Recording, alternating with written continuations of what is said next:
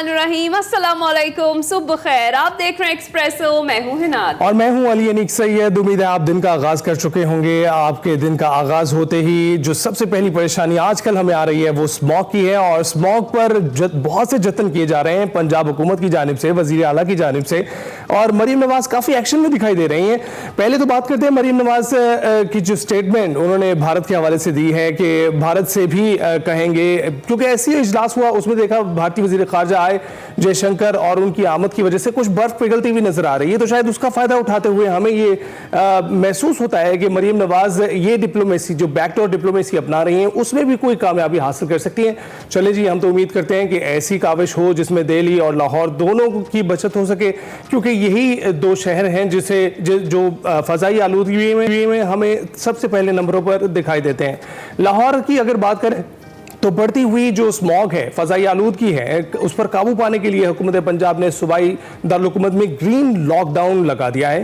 महकमा माहौलियात पंजाब ने शहर में ग्रीन लॉकडाउन लगाने का नोटिफिकेशन जारी कर दिया है, और अब ग्रीन लॉकडाउन आ गया है। इससे पहले हमने देखा कि कोरोना के वक्त में स्मार्ट लॉकडाउन था, फिर लॉकडाउन था, अब ग्रीन लॉकडाउन है। लफ्ज बदल बदल कर खेला जा रहा है। लॉकडाउन किन इलाकों में लगाया जा रहा है, मेरा ख्याल है ना, आप बताइए उसके मुताबिक। और इस नोटिफिकेशन की अगर बात करें तो उसके तहत लाहौर की फजाई आलूदगी और स्मॉग के लिए जो हॉटस्पॉट करार दिए गए एरियाज हैं उनमें तरक्याती कामों पर मुकम्मल तौर पर पाबंदी होगी जी। इसके अलावा इन इलाकों में कमर्शियल जनरेटर्स नहीं चलाए जाएंगे। ग्रीन लॉकडाउन इकदाम के तहत इन इलाकों में चिंची रिक्शों का दाखिला सख्ती से ममनू है, और इन इलाकों में खुले मकामात पर बारबेक्यू बनाने पर रात 8 बजे के बाद पाबंदी होगी। और हुकूमत पंजाब की जानिब से ये जो ग्रीन लॉकडाउन लगाया गया है, इस सिलसिले में जारी नोटिफिकेशन में जो एरियाज बताए गए हैं हॉटस्पॉट एरियाज, वो लाहौर के Davis road, Egerton road, Kashmir road, Shimla Pahari से गुलशन सिनेमा और एबट रोड हॉटस्पॉट एरियाज में शामिल है जी। और इसके अलावा अगर बात करें तो शिमला पहाड़ी से रेलवे स्टेशन और एम्प्रेस रोड को भी हॉटस्पॉट एरिया करार दिया गया है। और इस नोटिफिकेशन के अकॉर्डिंग क्वीन मैरी रोड और इसके अतराफ को भी आलूदगी वाले इलाकों में शामिल किया गया है। ये वो एरियाज हैं जिनमें एयर क्वालिटी इंडेक्स हम देख रहे हैं कि बहुत ज्यादा रहा है पिछले कुछ दिनों में, बहुत ज्यादा शदीद किस्म की स्मॉग थी, और इनमें भी जो ग्रीन लॉकडाउन है उसके तहत तजवीज़ करदा इक़दाम अब इन एरियाज में किए जाएंगे। उधर सीनियर वजीर पंजाब मरियम औरंगजेब ने पंजाब असम्बली में इज़हार ख्याल करते हुए कहा कि पंजाब हुकूमत स्मॉग पर काबू पाने के लिए इक़दाम अब कर रही है। मरियम नवाज ने स्मॉग के मुस्तकिल खात्मे के लिए 10 साला प्लान दिया है। गाड़ियों की फिटनेस सर्टिफिकेशन शुरू की जा रही है। गैर कानूनी भट्टों को मिसमार किया गया है। दूसरी जानिब वज़ीर आला पंजाब मरियम नवाज ने भारत से स्मॉग डिप्लोमेसी का इशारा दिया है, जिसका भी अली जिक्र कर रहे थे, और भारतीय पंजाब के जो हम मनसब हैं उनको खत लिखने का इंदिया दिया है। मरियम नवाज ने कहा है कि स्मॉग का मसला सियासी नहीं, इंसानी है। आजकल पाकिस्तान में पंजाब के अंदर खुसूसन लाहौर में इशू है स्मॉग, तो ये डिप्लोमेसी हमें इंडिया के साथ करनी है। मैं सोच रही हूँ कि इंडियन चीफ मिनिस्टर जो पंजाब के चीफ मिनिस्टर हैं उनको ख़त लिखूँ कि ये एक सियासी मसला नहीं है, ये एक इंसानी मसला है जिसके ऊपर अगर हम भी इक़दाम उठा रहे हैं तो इंडियन साइड से भी मैचिंग रिस्पांस होना चाहिए, वही इक़दाम होने चाहिए। हवाओं को तो नहीं पता कि बीच में लकीर है। जब तक दोनों पंजाब मिलकर इक़दाम नहीं करेंगे हम स्मॉग से लड़ नहीं सकते। बिल्कुल जी, दोनों जानिब पंजाब में जो इक़दाम हैं उनको किए बगैर स्मॉग पर काबू नहीं पाया जा सकेगा, और दोनों मुल्कों को इस पर सोचना चाहिए कि अब बहुत वक्त गुजर चुका है। अपने लोगों के बारे में सोचिए, बहुत सियासत हो चुकी है, आगे बढ़ें, अपने लोगों को तहफ़्फ़ुज़ फराहम करें। अभी हम बड़ी खबर की जानिब चलते हैं। बड़ी खबर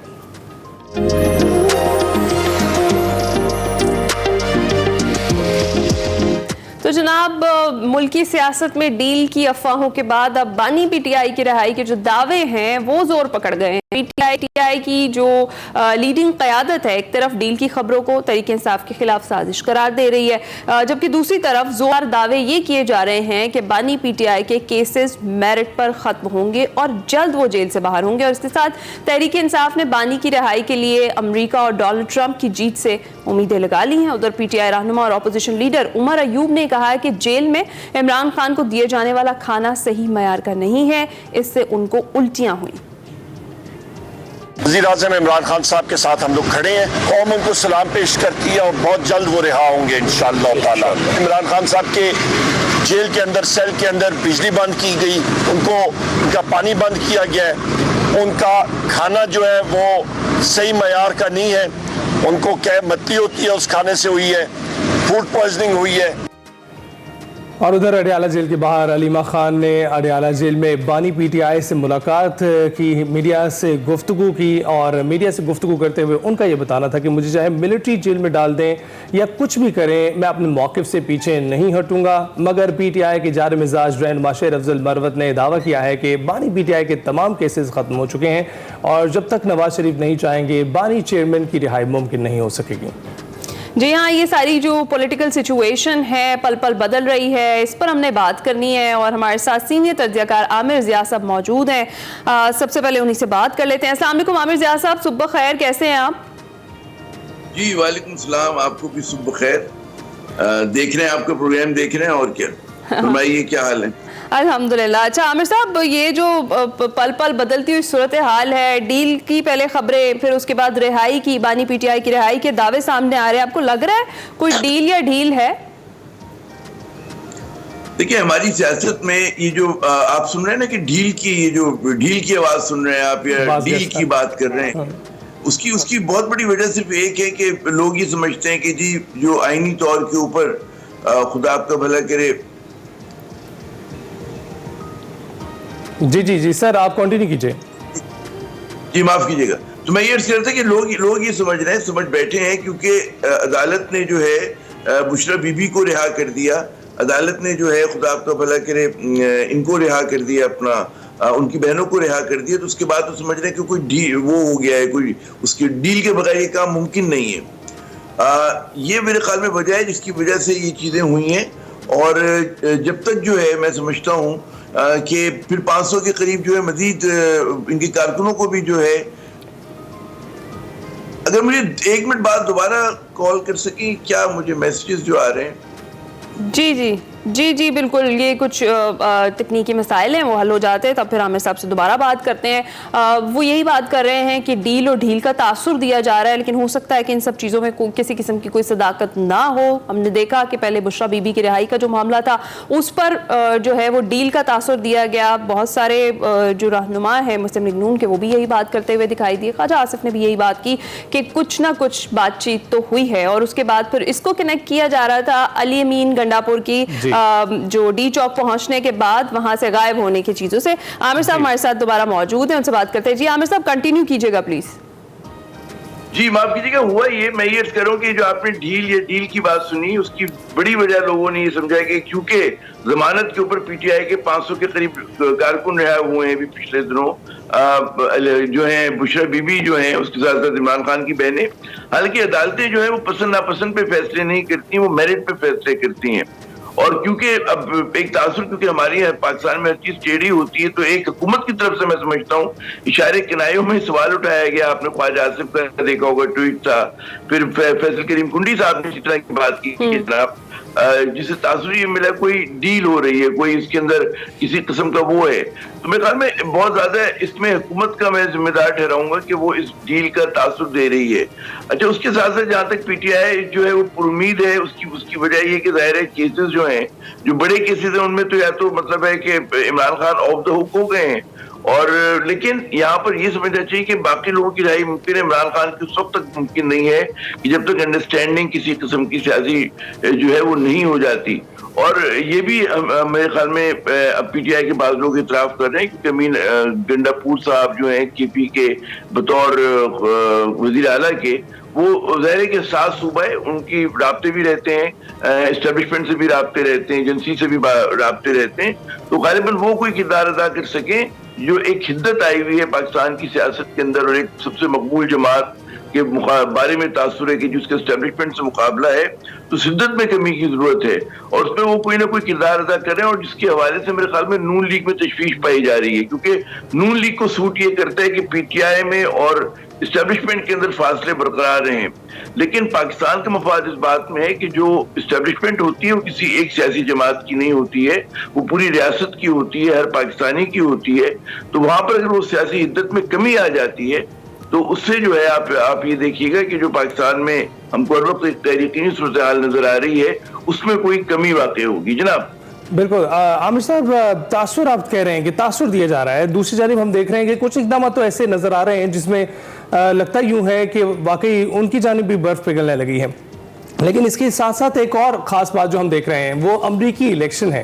एक जानिब डोनाल्ड ट्रंप के आने को एक जो पीटीआई के जो सपोर्टर्स हैं वो समझते हैं कि एक खुशाइंद बात होगी, एक आसानी पैदा होगी डोनाल्ड ट्रंप के आने की। दूसरी जानिब हम देखते हैं जो बाइडन को उन्होंने ख़त लिखा और वो उस चीज़ की तस्दीक भी हो गई कि वो अमरीकी सदर को मिल भी गया।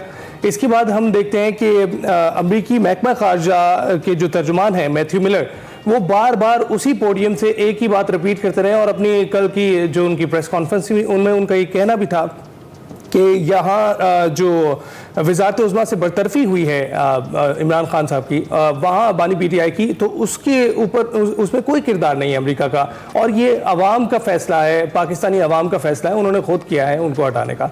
तो इसको आप कैसे देखते हैं? अमेरिका में जो भी सदर आएगा उसके आने से पीटीआई की क्या सूरत हाल होगी? क्या पीटीआई को कुछ हिमायत मिलेगी? देखिए, हमारी एक तो खुशफहमी या गलत फहमी है कि पूरी दुनिया की नजरें हम पे मरकूज रहती हैं। ऐसा नहीं होता। अमेरिकन इलेक्शन ज्यादातर जो हो रहे हैं वो तो अपने डोमेस्टिक इश्यूज पर हो रहे हैं और ट्रंप साहब की पूरी जो कैंपेन है वो इसीलिए वो एंटी इमिग्रेशन है, उनका फिर जो दुनिया में यूक्रेन जंग उसके वाले से एक मौक़िफ़ है। लेकिन उसके साथ साथ हमें ये भी समझना चाहिए कि इमरान खान पहले सियासतदान नहीं है। जब भी मतलब है कि नवाज शरीफ अरेस्ट हुए थे तब भी अमरीका को इल्तिजा की गई थी। उससे पहले जुल्फ़िकार अली भुट्टो को अगर आप याद करें, उस जमाने में जिमी कार्टर ने जो है बाकायदा खत लिखा था ज़ियाउल-हक साहब को कि जी इनको छोड़ दें। तो ये इस तरह की चीज इंसानी हकूक के हवाले से अमेरिका जो है कुछ ना कुछ मतलब है अपनी एक पोजीशन रखता है। और उसमें आप ये 62 लोगों ने जो कांग्रेसमैन ने खत लिखा जो बाइडेन साहब को, तो वो भी एक मेरे ख्याल में इसने हुकूमत पे दबाव बढ़ा दिया है। और हमें ये समझना चाहिए कि कोई भी हुकूमत आए, चाहे वो ट्रंप की आए चाहे वो कैमला हैरिस की आए, उनकी एक ज़ाहिर इंसानी हकूक के हवाले से जो है एक उनका एक मजबूत मौक़िफ़ है अमेरिका का। और हो सकता है वो अगर बाज़-औक़ात तो होता है कि स्टेट इंटरेस्ट होते हैं तो आप दरगुजर कर देते हैं बहुत सारी बातों को, लेकिन बाज़-औक़ात जब नहीं होता और डोमेस्टिक प्रेशर आ रहा होता है और हमें पता है कि वहाँ पे पीटीआई काफी एक्टिव है लॉबिंग के अंदर, तो वो एक असर डाल सकते हैं कि जी अमेरिकन कांग्रेसमैन जो है पाकिस्तान पे मजीद दबाव डालें कि यहाँ पर इंसानी हकूक की जो सूरत हाल है मुबैना तौर पर जो इल्ज़ाम लगते रहे कि बहुत खराब है उसको बेहतर किया जाए। तो इस हवाले से मैं समझता हूँ कि यकीनन जब नई गवर्नमेंट आएगी तो फौरन तो नहीं, लेकिन एक उनके एजेंडे पे ये चीज लाई जा सकती है, लॉबिंग के जरिए लाई जा सकती है, जो कि पीटीआई के लोग ऑलरेडी कर रहे हैं, बड़े फाल हैं, यूरोप में भी बहुत फाल हैं। आपने देखा कि वो बरतानिया में जिस तरह से उन्होंने नवाज शरीफ साहब को इस्तकबाल किया और उसके बाद फिर काजी फायद ईसा साहब के ऊपर जो है घिराव किया गया उनका, ये तमाम चीजें इससे है कि पाकिस्तानी कम्युनिटी वहां पे फाल है। एक तरह से ये चीजें जो है, अगर आपने जिक्र कर ही दिया है तो क्या ये रवैया किसी भी तरह से हम जस्टिफाई कर सकते हैं, खा कोई भी पार्टी हो और कोई भी लीडर हो, इस तरह का रवैया जो अपनाया गया, अभी आपने जिक्र किया नवाज शरीफ साहब के साथ या फिर काजी फायद ईसा के साथ जो किया गया? क्योंकि अगर ऐसे ही ऐड करता चलो आमिर साहब, ऐसे ही अगर साकिब निसार के साथ किया जाए तो फिर क्या सूरत हाल बनेगी? ये तो एक ट्रेंड बन जाएगा।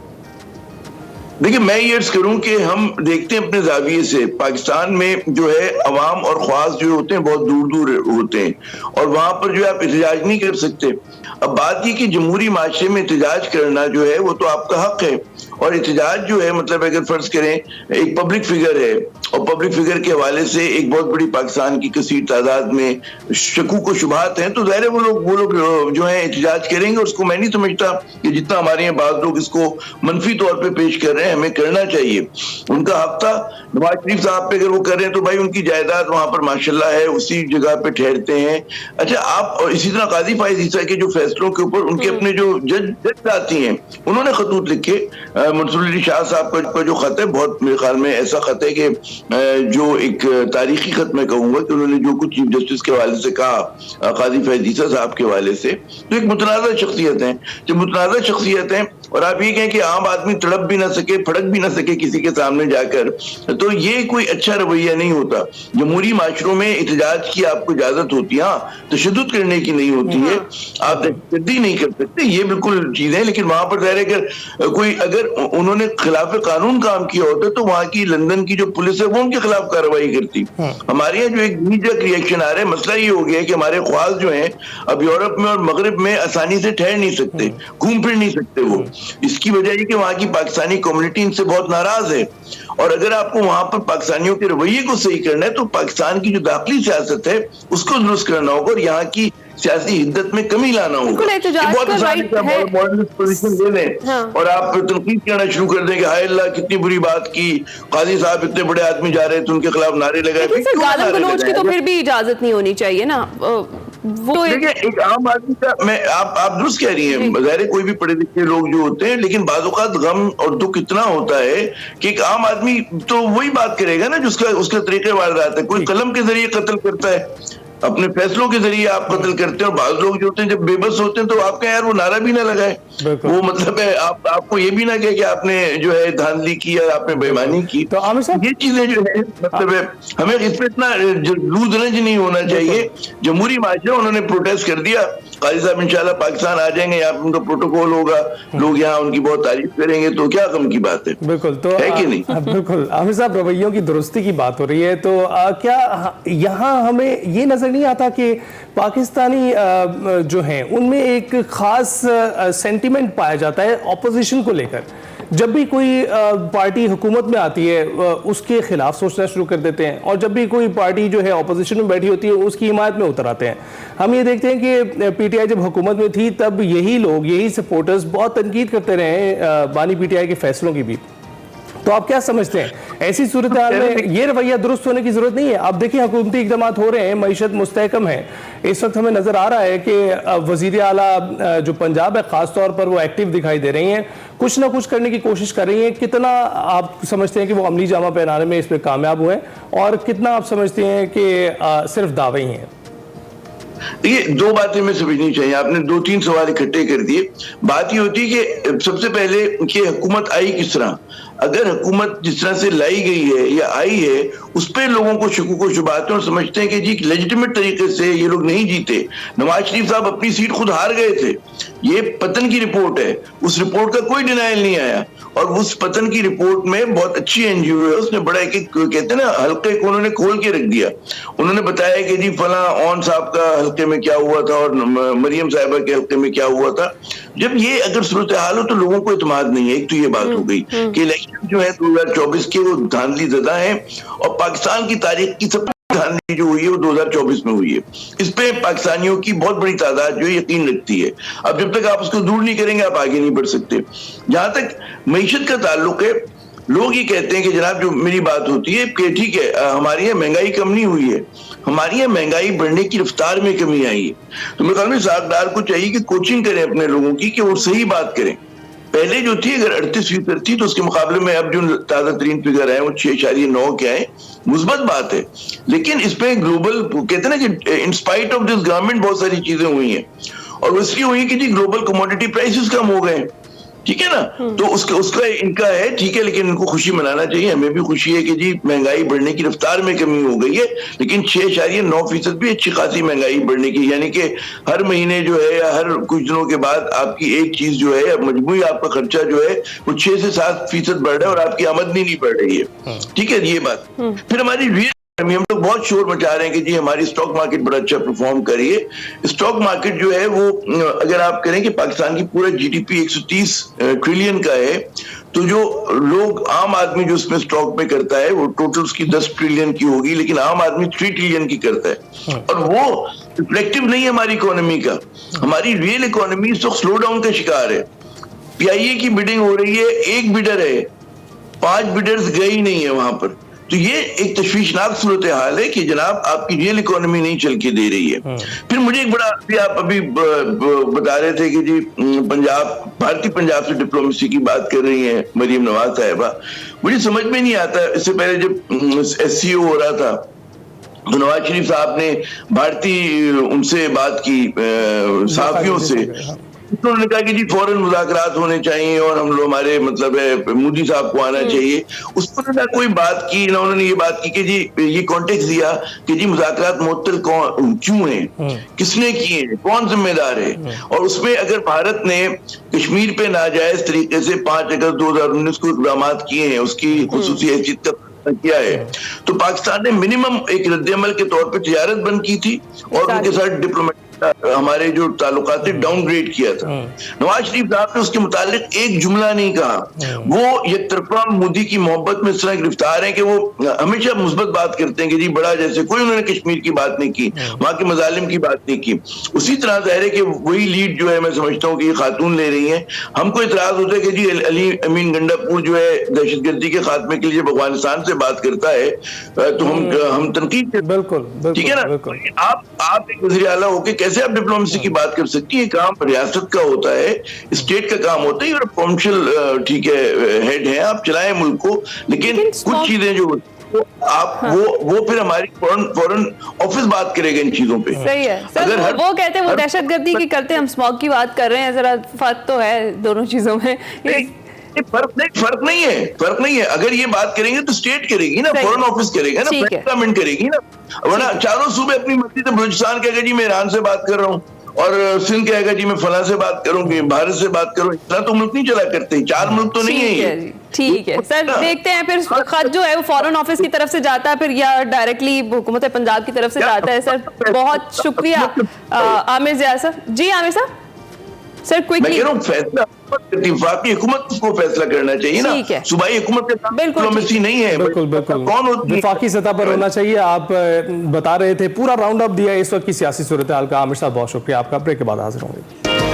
वेलकम बैक टू एक्सप्रेसो जी। आज पाकिस्तान समेत दुनिया भर में शहरों का आलमी दिन मनाया जा रहा है। वर्ल्ड सिटीज डे मनाने का मकसद क्या है जी? शहरों को दरपेश मसाइल के हवाले से शऊर उजागर करना है। एशियाई तरक्याती बैंक ने अपनी एक रिपोर्ट में कहा है कि साल 2030 तक पाकिस्तान की शहरी आबादी का जो तनासुब है बढ़कर 40% यानी 10 करोड़ के लगभग लोग शहरों में आबाद होंगे। बदकिस्मती से पाकिस्तान के जो बड़े शहर हैं वो नाकिस प्लानिंग की वजह से तबाही के दाने पर हम देख सकते हैं। उनमें रोशनियों के शहर के बाद बागों का शहर लाहौर है जो तबाही के दहाने पर पहुंच रहा है। इंफ्रास्ट्रक्चर पर बड़ी हद तक काम हो रहा है जिससे शहर में खूबसूरती तो बढ़ रही है मगर जो फ़ज़ाई आलूदगी और स्मॉग है उससे शहर का हुस्न धुंधला हो गया है। फ़ज़ाई आलूदगी पर काबू पाने के लिए इंतजामिया की जानिब से इकदाम किए जा रहे हैं लेकिन स्मॉग बढ़ती जा रही है। लाहौर तो अब अक्सर दुनिया के आलूदा तरीन शहरों में पहले नंबर पर ही आ रहा है। और आज हम बात करेंगे कि शहरी आबादी में इतनी तेज़ी से इजाफे के हम मुतहम्मिल हैं, अगर नहीं है तो जितनी रफ्तार से आबादी बढ़ रही है, अगर देहात में लोगों को सहूलियात ना दी गई तो कितनी बड़ी तबाही होने वाली है। और इस पर मजीद बात करने के लिए हमारे साथ आज गेस्ट मौजूद हैं, माहिर माहौलियात हैं हबीबुल हक रंधावा साहब। हबीब साहब बहुत शुक्रिया हमें ज्वाइन करने के लिए। सर आप बताइएगा कैसे हैं आप? आज स्मॉग से बचकर आ गए हैं हमारे स्टूडियो। स्मॉग से कौन बचता है, चाहे वो इंडोर हो चाहे आउटडोर हो। बिल्कुल स्मॉग तो इफेक्ट करती है। चले स्मॉग पे बात करेंगे। सबसे पहले आज के दिन के हवाले से बात करते हैं। शहरों का दिन मनाया जा रहा है, आबादी का तनासुब आप देख रहे हैं कि रोज बरोज बढ़ता जा रहा है। क्या आपको लगता है कि हमारे जो शहर हैं उनका इंफ्रास्ट्रक्चर भी इस तरह का है कि वो इस आबादी को केटर भी कर सकते हैं? देखिए जी, मैं अर्ज़ करूँ कि मैं थोड़ा सा बैकग्राउंड में जाऊँगा कि शहरों में लोग रुझान है। ये पहले ज़माने में जैसे लाहौर में था कि बादशाह को हर चीज़ अच्छी लगती थी, हैं जी। अच्छा शायर, अच्छा अदीब, अच्छा तख्लीकार, वो सारे लोगों को, अच्छे घोड़े, अच्छी खुराक, वो सारे अच्छे गुलकार, वो सारे लोगों को अपने दरबार में इकट्ठा कर लेता।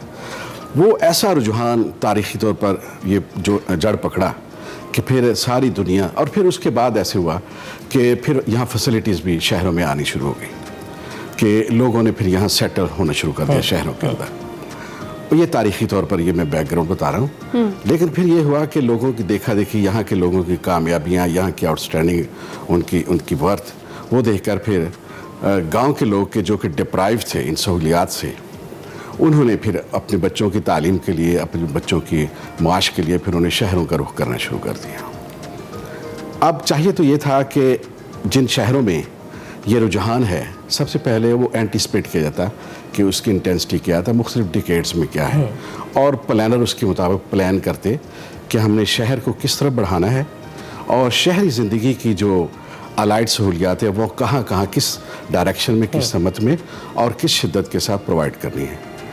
लेकिन ये बदकिस्मती है कि माहिरीन तो मौजूद हैं, लेकिन शहरों की जो बढ़ोतरी है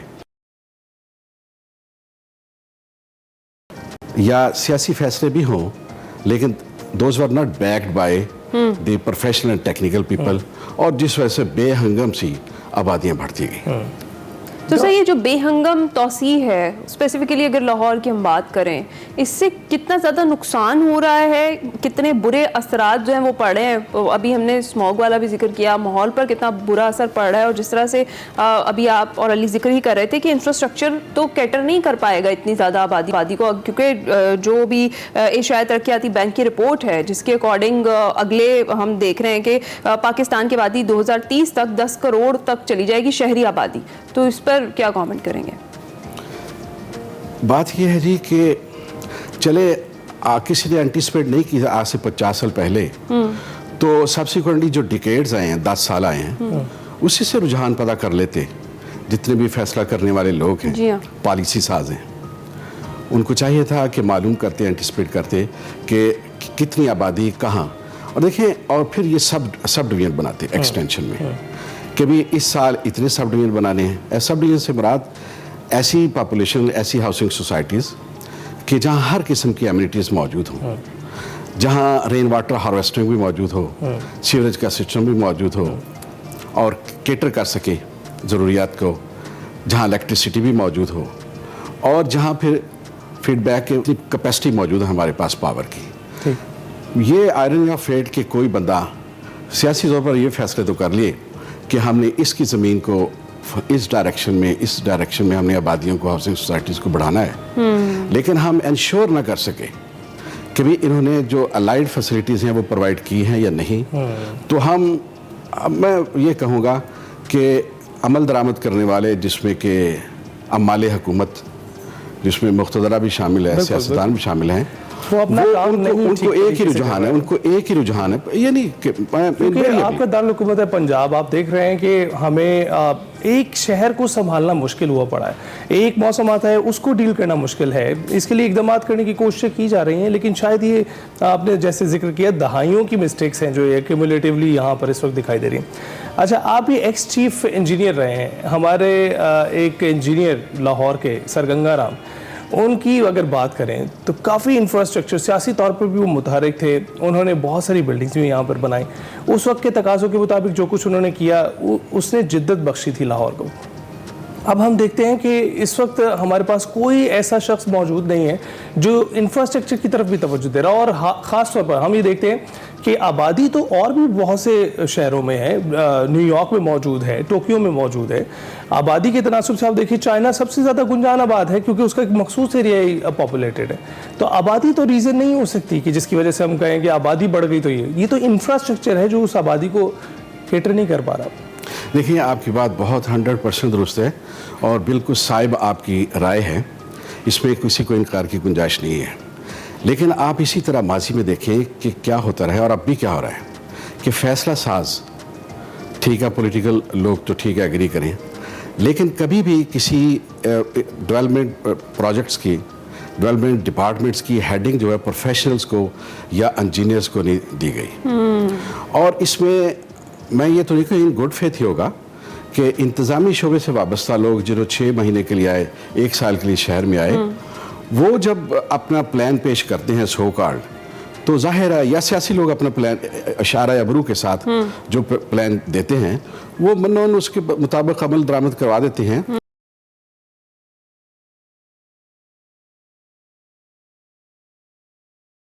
स्ट्रक्चर का, तो मैं समझता हूँ कि वो कैटर कर सकता है कि शहर का रुझान क्या है और हमने कौन कौन सी फैसिलिटीज प्रोवाइड करनी है, और उसका इंडिपेंडेंट डिसीजन होना चाहिए, उसको कोई नेगेट न किया जाए। Right person for the right job की बात आप कर रहे हैं। अच्छा सर, हम स्मॉग पर आ ही जाते हैं क्योंकि लाहौर का अगर जिक्र हो और आजकल स्मॉग का जिक्र ना हो तो फिर लाहौर का जिक्र अधूरा रह जाता है। लास्ट ईयर भी हमने देखा, सारा साल से ये एक, अगर हम इसको कह लेना कि ये 5वां मौसम है लाहौर में तो गलत नहीं होगा। तो स्मॉग तो चल रही है, इसके साथ साथ इकदाम, हर बार यही तसल्ली कराई जाती है कि इकदाम किए जा रहे हैं जी, इकदाम किए जा रहे हैं हुकूमत की जानिब से, तदारुक के लिए अब भी किए जा रहे हैं। ज़्यादा से ज़्यादा छुट्टियाँ दे दी जाती हैं स्कूल्स में और जो ऑफिशियल टाइमिंग्स है उनको कम कर दिया जाता है। क्या ये इकदाम काफ़ी हैं? स्मॉग के मुस्तकिल खात्मे के लिए हमें कौन कौन से मेजर स्टेप्स आपके ख्याल में लेने चाहिए जो कि अभी तक हमारी जो इंतज़ामिया है वो उन पर सोच भी नहीं रही? देखिए जी, ये जो इकदाम हैं इनमें कुछ तो मौसर हैं कि लोग ह्यूज स्पेंडिंग भी कर रही है, गवर्नमेंट कर रही है ह्यूज स्पेंडिंग, और अफरादी क़ुव्वत भी बड़ी फ़ाल है और ये भी अपनी परफॉर्मेंस शो कर रहे हैं कि हमने इतने फाइन कर दिए, इतनी कलेक्शन कर ली। और ये भी हमारी ये ट्रेजेडी है कि सरकारी लोग जो होते हैं वो एक ही अपनी प्रोग्रेस बयान करते हैं कि हमने इतने जुर्माने कर दिए, हमने इतनी वायलेशन को कंपाउंड कर दिया, इतना हमने रेवेन्यू जनरेट कर दिया। मैं ये कहूँ कि ये सारे आजकल जो इक़दाम हो रहे हैं स्मोक के बारे में, ये सारे सुपरफिशियल हैं। हमें जो इसकी रूट काज है ना उस पर आना चाहिए। रूट काज वही है फिर आगे इल प्लानिंग ये है कि हमने कमर्शियल एरियाज़ को पहले स्पेसिफाई नहीं किया। अच्छा, शहर बढ़ते हैं और पॉपुलेशन बढ़ते हैं, इंसान नई आबादियों में जाते हैं तो अपने साथ कमर्शियल एक्टिविटीज़ को भी ले जाते हैं। लेकिन लाहौर की बदकिस्मती ये है कि इसकी कमर्शियल एक्टिविटीज़ इधर हैं और सोसाइटीज़ जो है इसकी पेरिफेरी में बढ़ रही हैं। तो प्रोपोर्शनेटली जो कमर्शियल एक्टिविटीज़ वो भी जानना चाहिए। अब देखिए ना, अब लाहौर वॉल सिटी है, वॉल सिटी को हमने सारा कमर्शियल, वहाँ दुकानें बन गई, लोग बाहर निकल आए और ये हमारा कल्चर बन गया है कि जहाँ कोई रोड बनती है वहाँ हम कमर्शलाइजेशन शुरू कर देते हैं। अब कमर्शलाइजेशन का क्या नुकसान है कि जहाँ 10 बंदों ने रहना है एक कनाल के घर में या 10 मरले के घर में 5 ने रहना है और 2 व्हीकल्स हैं, वहाँ अब कमर्शियल एक्टिविटीज़ की वजह से 100 व्हीकल्स आ रही हैं। अब सारी व्हीकल्स वहाँ शहर के सेंटर में आ रही हैं, व्हीकुलर एमिशंस हो रही हैं और यहाँ का इनकी वजह से टेम्परेचर भी बढ़ा जा रहा है, इंजन जनरेट बढ़ता है गाड़ियों का, मोटरसाइकिलों की वजह से, और फिर एयर कंडीशन आजकल भी चल रहे हैं। और दिस इज़ डायलामा कि हमारा टेम्परेचर जो इनर का है वो आउट से 2-3 डिग्री सेंटीग्रेड ज़्यादा है, जिसकी वजह से यहाँ का प्रेशर कम है और बाहर की स्मोक भी अंदर आ रही है। हमें सिर्फ हिंदुस्तान को मतून नहीं करना चाहिए। अच्छा। वो तो मैं समझता हूँ 5 या 10% होगा, वो भी नेचुरल प्रोसेस है। डॉक्टर साहब बहुत शुक्रिया हमसे गुफ्तगू करने के लिए। डॉक्टर साहब ने बहुत सारे ऐसी नुक्तों पर निशानदेही की है जिन पर तवज्जो ज़रूर मबज़ूल करनी चाहिए। हमने आज आलमी दिन के हवाले से बात की है शहरों के, इस पर आपने गुफ्तगू सुनी। ब्रेक के बाद हाजिर होते हैं।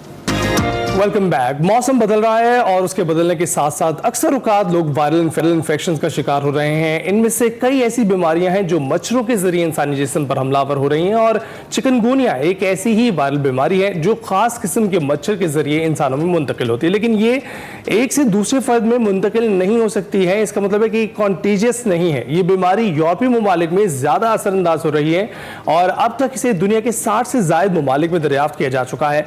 चिकनगुनिया से मुतासरा मरीजों की हलाकत का इम्कान इतना ज्यादा नहीं होता, मगर इसकी अलामात की शिद्दत ज्यादा हो सकती है, जबकि तवील बुनियादों पर मुख्तलिफ मनफी असरात का सामना भी हो सकता है। इस बीमारी की अलामात में बुखार, जोड़ों में तकलीफ, सर दर्द, पट्टों में दर्द और खारिश और इसके अलावा जोड़ों के इर्द गिर्द सूजन वगैरह शामिल है।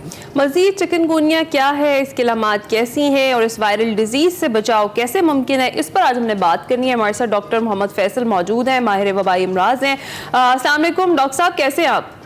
जी बिल्कुल ठीक ठाक। डॉक्टर साहब, सबसे पहले हम चिकनगुनिया की बात कर रहे हैं। ये भी मच्छरों से फैलने वाली डिजीज है, तो इसमें और डेंगू में क्या मुमासलत है और डिफरेंशिएट कैसे किया जा सकता है कि ये डेंगू नहीं है, चिकनगुनिया है? कोई प्रॉपर टेस्टिंग वगैरह होती है? जी बिल्कुल। तो डेंगू चिकनगुनिया दोनों ही वायरस के इन्फेक्शन है, दोनों एक ही मच्छर से फैलते हैं। जो डेंगू वाला जो आपका मच्छर है वो चिकनगुनिया भी वही फैलाता है। और इन दोनों के अलामात के अंदर बहुत फर्क तो नहीं है, अलबत्ता शुरू के दिनों में तेज बुखार और चिकनगुनिया में अक्सर जोड़ों में दर्द ज्यादा होता है और डेंगू में जिस्म में दर्द ज्यादा होता है। अलबत्ता जब दर्द हो रहा होता है दोनों में फर्क करना मुश्किल होता है। तो डॉक्टर साहब ये बताइएगा कि प्रिवेंशन सेम ही है, उसी तरह से इसका इलाज भी, अब जिस तरह से डेंगू का तो कोई इलाज नहीं है, पैराडोल की गोली से आपको उसके टेम्परेचर को कंट्रोल करना पड़ता है, चिकनगुनिया के लिए क्या करें? जी, तो प्रिवेंशन तो एग्जैक्टली बिल्कुल वो जो डेंगू की प्रिवेंशन बचाव है वो चिकनगुनिया के भी वही है। इसके इलाज के अंदर ये वाकई खुद ब खुद बेहतर रहता है, मगर इसमें तकलीफ या दर्द बहुत होता है और इन्फेक्शन खत्म होने के बाद भी कई हफ्तों तक रह सकता है। तो इसके अंदर हम दीगर अदवियात इस्तेमाल करते हैं जिससे जोड़ों में जो सोजिश हो रही है वो जरा कम हो जाए, क्योंकि ये काफी दर्द होता है, लोग चल भी नहीं पाते इस दर्द के साथ। अच्छा डॉक्टर साहब, हमें ये समझ में आता है कि ये जानलेवा मर्ज नहीं है, लेकिन क्या ऐसे लोग जिनकी कुव्वत मुदाफ़त कम होती है या जो एज में ज़्यादा होते हैं, उनके लिए ये जानलेवा हो सकता है? जी बिल्कुल। तो चिकनगुनिया अमूमन तो जानलेवा नहीं होता है, इसमें दर्द तकलीफ ज़्यादा होता है। अलबत्ता ये कुछ लोगों के अंदर दिमाग पे और नसों पे असर कर सकता है और कुछ अमवात हो चुकी हैं इस सीज़न के अंदर चिकनगुनिया की वजह से, इसी की वजह से। सेकेंड चीज़ ये कि कभी कभार अगर बहुत शदीद इन्फेक्शन हो, लोग अस्पताल में दाखिल हो, तो अस्पताल से भी दीगर दूसरे इन्फेक्शन लग के भी लोगों की अमवात हुई है इसके साथ। डॉक्टर साहब, बच्चों को तो इम्यूनिटी बॉल कहा जाता है, उनके लिए कितनी खतरनाक है ये बीमारी? तो बच्चों के लिए और बड़ों के लिए तकरीबन बराबर ही एक तरह से। बड़ों में हमने बहुत देखा है, बच्चों में भी देखा है, मगर मेन चीज़ ये है कि इसके अंदर ऑब्वियसली तकलीफ इतनी होती है कि वो बड़े जो है वो कांप ही जाते हैं, वो सब आपको फिर पता लगता है कि ये इफेक्ट हो रहा है। और डॉक्टर साहब, जिस तरह से हम अगर मेडिकेशन की बात करें तो हमारे यहाँ पर तो एक बड़ा सादा सा ट्रेंड है सेल्फ मेडिकेशन का। कुछ भी हो जाए हम उसका इलाज घर पर जो है ना वो करना को तरजीह देते हैं। हमने कोविड का भी अपनी तरफ से ही वो मेडिकेशंस निकाल कर उसका इलाज करने की कोशिश की और हम उसमें भी एक्सपर्ट हो गए। इसके लिए सेल्फ मेडिकेशन कितनी ज़्यादा ख़तरनाक साबित हो सकती है और प्रॉपर डॉक्टर की ज़रूरत या हॉस्पिटल जाने की ज़रूरत कितनी ज़्यादा होती है? तो एक्चुअली आपने बहुत अच्छा ये पॉइंट रेज किया, बिकॉज देखिए सेल्फ मेडिकेशन के अंदर कुछ दवाइयाँ तो आप आराम से सेफली आराम से घर पे ले सकते हैं। जैसे कि दर्द की दवाइयाँ होती हैं, जैसे पैराडोल, पैरासीटामोल, ये वाली चीज़ें। हम अलबत्ता एंटीबायोटिक्स कभी भी इस्तेमाल ना करें खुद से, क्योंकि वो खतरनाक दवाइयाँ होती हैं, उसके असरात साल तक रहते हैं तकरीबन जिस्म के अंदर। और दूसरा है कि चिकनगुनिया के अंदर हम अक्सर ब्रूफेन, नाप्रोक्सन इस तरह वाली दवाई देते हैं, मगर वो डेंगू में नहीं देते। तो वो खुद से ना लें जब तक ये आप तस्दीक कर लें दोनों में से कौन सी चीज़ है। एंड सॉरी, एक ज़रूरी बात चिकनगुनिया का ये ज़रूर है कि उसका टेस्ट जो है वो बुखार शुरू होने के 5 या 6 दिन बाद ही पॉजिटिव आता है। तो किसी को बुखार हो रहा हो तो उसको चिकनगुनिया का टेस्ट ना कराएं, उसमें आपको नजर नहीं आएगा। बिल्कुल। आपने बताया कि कपल टुगेदर। डॉक्टर साहब, बहुत शुक्रिया हमसे बात करने के लिए। यहाँ पर आपने रेमेडीज भी बताई हैं, होम रेमेडीज भी बताई हैं, और उसके साथ साथ ये भी बताया कि घर पर इलाज आप किन दवाइयों से कर सकते हैं। ब्रेक के बाद हाजिर होते हैं। Welcome back. Segment science and tech में वक़ार अहमद मलिक और इब्न फाजिल बात कर रहे हैं कि पाकिस्तान में जैतून के 63 लाख दरख्त हैं, जिन्हें चैलेंजेस क्या हैं, आइए देखते हैं।